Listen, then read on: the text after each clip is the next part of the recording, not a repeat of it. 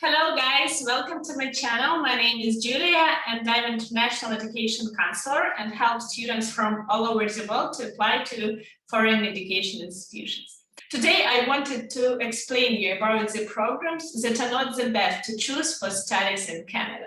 But before we start, please sign up to my channel because there is lots of useful content that will help you to apply to study abroad.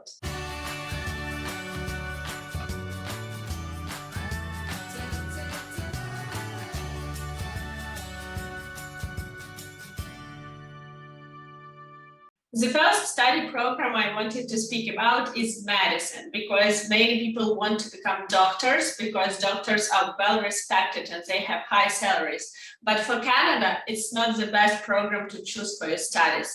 The reason is a quite difficult application process, because first of all, in order to become a doctor, you need to apply for undergraduate degree in biology or psychology or other science-related degree. After completion of 4 years of undergraduate degree, you will need to apply to medical school. And this is the most complicated process because medical schools are very selective. They take only 1 or 2 international students per year per medical school. You can imagine how selective they are and how difficult it is to get admission as an international student.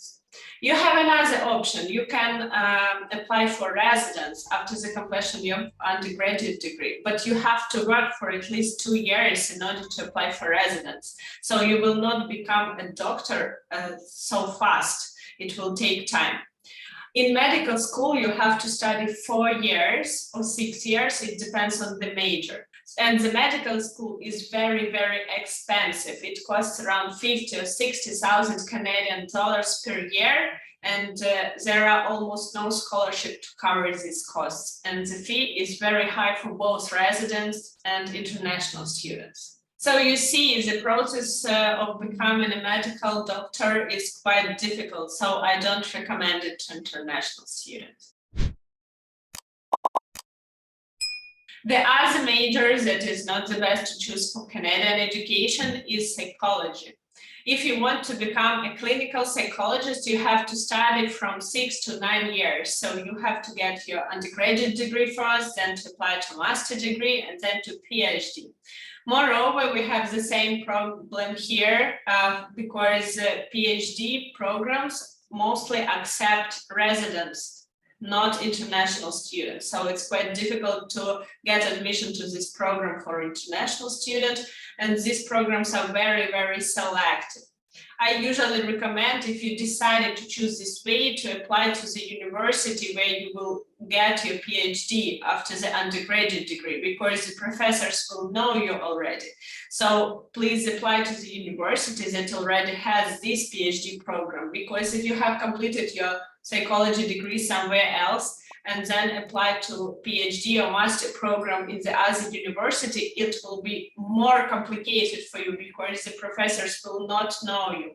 Moreover, after the completion of your PhD, you have to work as an intern for 1 year, and only after this you can apply for a license to get a license to work as a clinical psychologist. You see, the process is not very easy, and it is very expensive to become a clinical psychologist as well. Not that expensive as a medical doctor, but still very expensive because the studies cost around 35,000 to 40,000 Canadian dollars per year. The next program that is quite difficult to apply for international students is law. If you want to become a lawyer or to practice advocacy, you have quite a long journey in Canada for this purpose.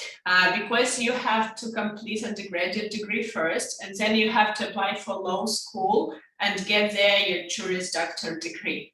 After that, you have to work as an intern again for a couple of years in order to be able to apply for a license and pass bar exam.